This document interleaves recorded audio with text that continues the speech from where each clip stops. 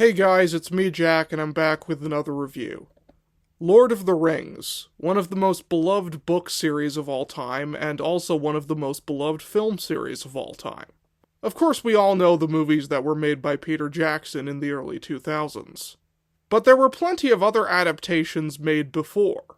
And the most famous was the animated one made by Ralph Bakshi. This movie combined the first two books, The Fellowship of the Ring and The Two Towers, into one 2-hour movie. So let's see if this version gets even close to the quality of the Jackson films. The story of Lord of the Rings follows a hobbit named Frodo, who comes into possession of a magic ring that belonged to the Dark Lord Sauron, and in order to destroy Sauron for good, he must throw the ring into the fires of Mount Doom. So he sets out on a mission accompanied by other hobbits, men, an elf, a dwarf, and a wizard named Gandalf. When it comes to the characters in this movie, some are done well and others not so much. Frodo is very good. Not only are you with him on his journey, but he's actually kind of badass. Which is one of my biggest criticisms with the Peter Jackson films. Frodo in those movies is kind of a wimp. When he's attacked by the Nazgul, he drops his sword and just trips over. In this version, he actually fights them. He definitely seems like the kind of person who would be the last hope to save Middle-earth. His friend Sam, on the other hand, is another story. Many have complained about this version of the character being kind of a dumbass. And yeah, he is. He has an extremely goofy voice. And even when it doesn't seem like they're trying to play his character for laughs, he still is very hard to take seriously. Now, this movie was supposed to have a sequel, which would be an adaptation of the final book, The Return of the King.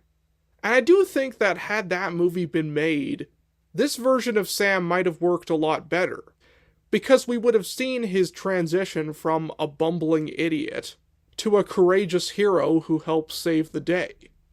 But, of course, the sequel was never made.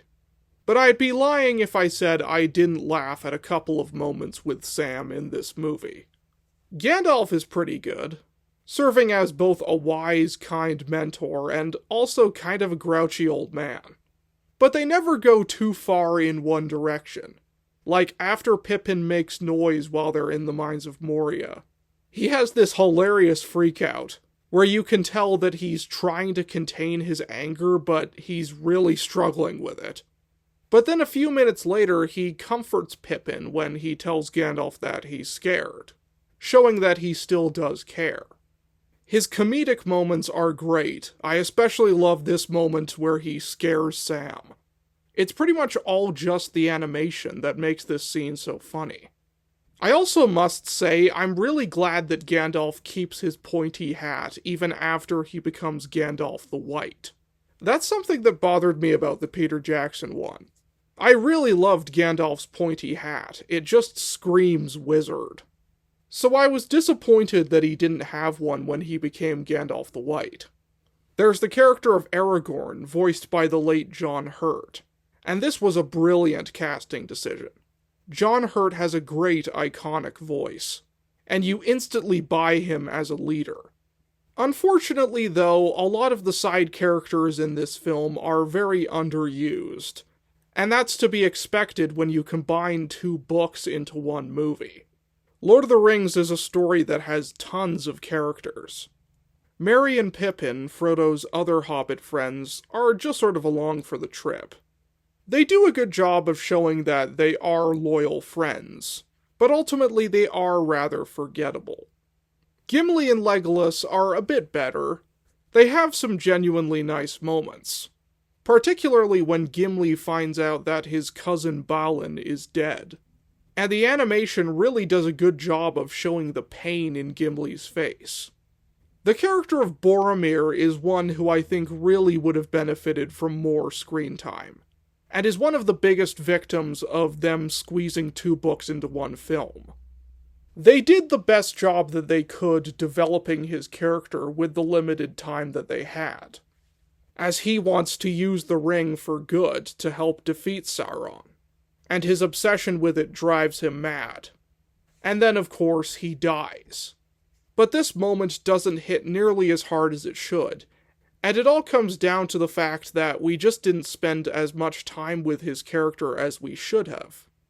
And other characters like King Theoden, Eowyn, and Saruman are also very underused. But without a doubt, the most fun character in this movie is Gollum. And you could say that that is to be expected, as he is this crazy little monster. But my god, with how he talks, it sounds like he's getting turned on. Oh, yes. Yes, indeed. Nice hobbits.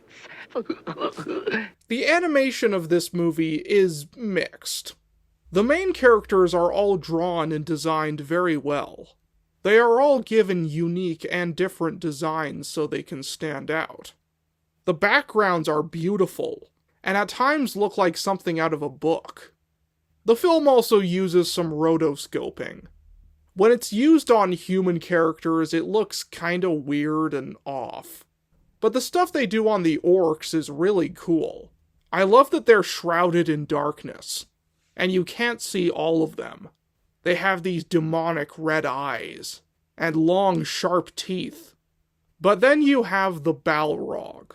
And I'll admit, when I first saw this movie and the Balrog first showed up, I was like, oh, this must be a new character. And then Gandalf refers to it as the Balrog, and I'm just like, what? Because yeah, this thing does look pretty lame.